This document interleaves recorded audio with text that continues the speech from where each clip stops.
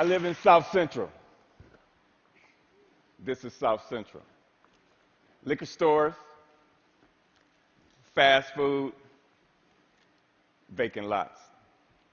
So the city planners, they get together and they figure they're going to change the name South Central to make it represent something else.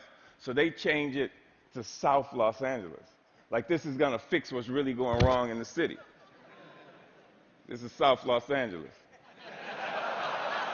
Liquor stores, fast food, vacant lots.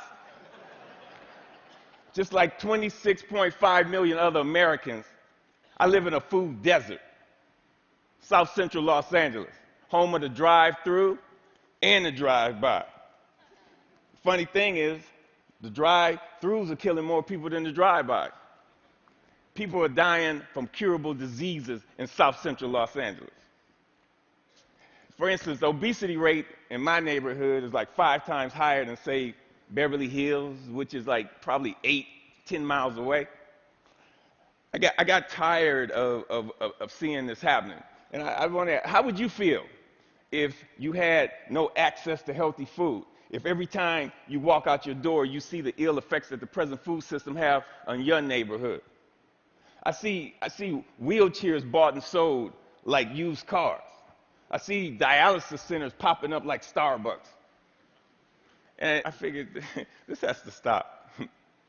So I figured that the problem is the solution. Food is the problem, and food is the solution. Plus, I got tired of driving 45 minutes round trip to get an apple that wasn't impregnated with pesticides. So what I did, I planted a food forest in front of my house. It's on a strip of land that we call a parkway. It's like 150 feet by like 10 feet. The thing is, it's owned by the city, but you have to maintain it. So I'm like, cool. I can do whatever the hell I want.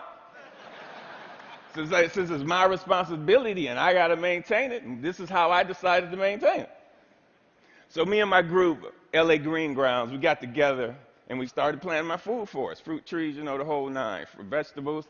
What we do, we're a pay-it-forward kind of group, where it's composed of like gardeners from all walks of life from all over the city, and it's completely volunteer, and everything we do is free.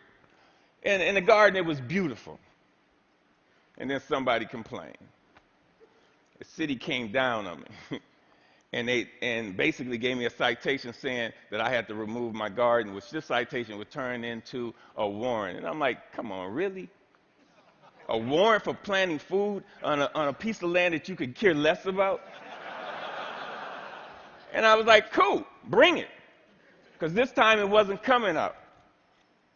So LA Times got hold of it. Steve Lopez did a story on it and talked to the councilman. And one of the Green Grounds members, they put up a petition on change.org. And with 900 signatures, we were a success. We had a victory on our hands. My councilman even called and said how they endorse and love what we're doing. I mean, come on, why wouldn't they? LA leads the United States in vacant lots that the city actually owns. They own 26 square miles of vacant lots. That's 20 Central Parks.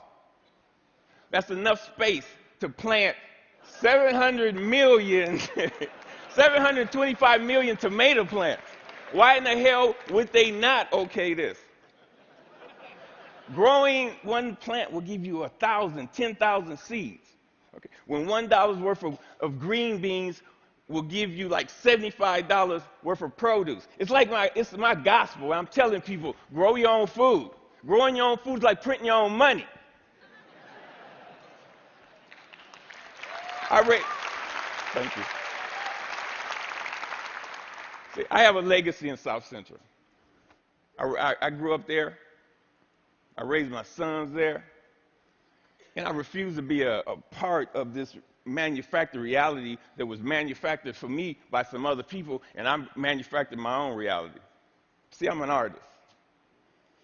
Gardening is my graffiti. I grow my art. Just like a graffiti artist, where they beautify walls, me, I beautify lawns, parkways. I use the garden, the soil, like it's a piece of cloth. and the plants and the trees, that's my embellishment for that cloth.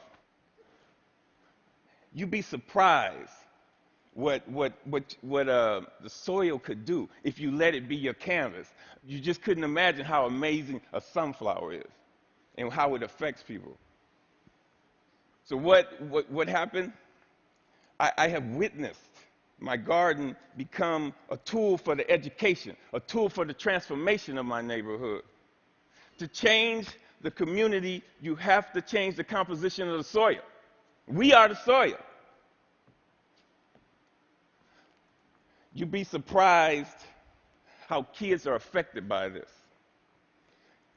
Gardening is the most therapeutic and defiant act you can do, especially in the inner city. Plus, you get strawberries.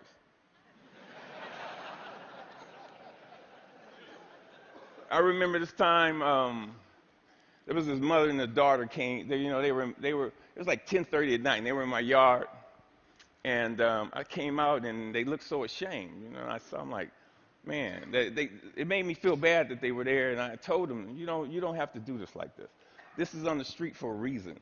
It made me feel ashamed to see people that was this close to me that was hungry, and this only reinforced why I do this. And people ask me, Finn, aren't you afraid people are going to steal your food?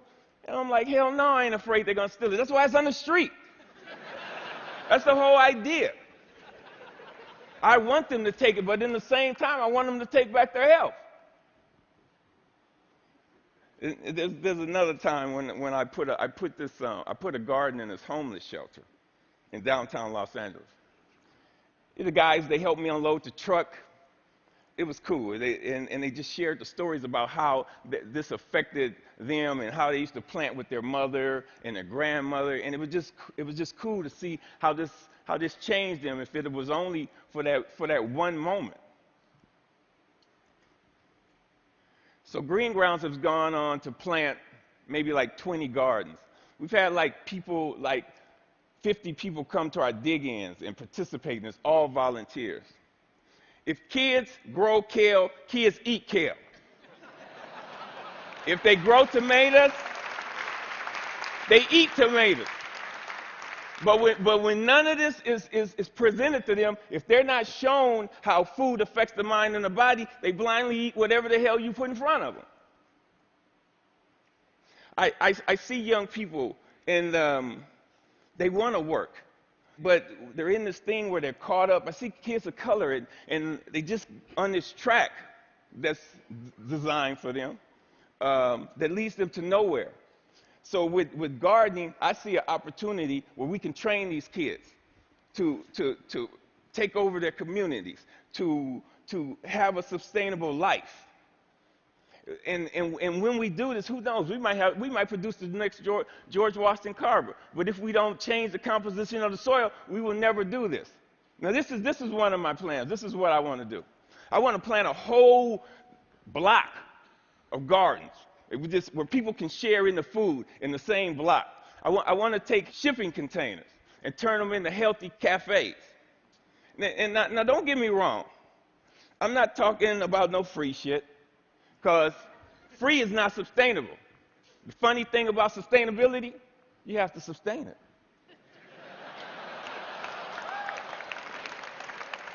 What I'm talking about is putting people to work and getting kids off the street and letting them know the joy, the pride, and the honor in growing your own food. Opening farmers markets. So what I want to do here, we got to make this sexy. So I want us all to become ecolutionary, renegades, gangsters, gangster gardeners. We got to we got to flip the script on what a gangster is. If you ain't a gardener, you ain't gangster. Get gangster with your shovel, okay? And let that be your weapon of choice. So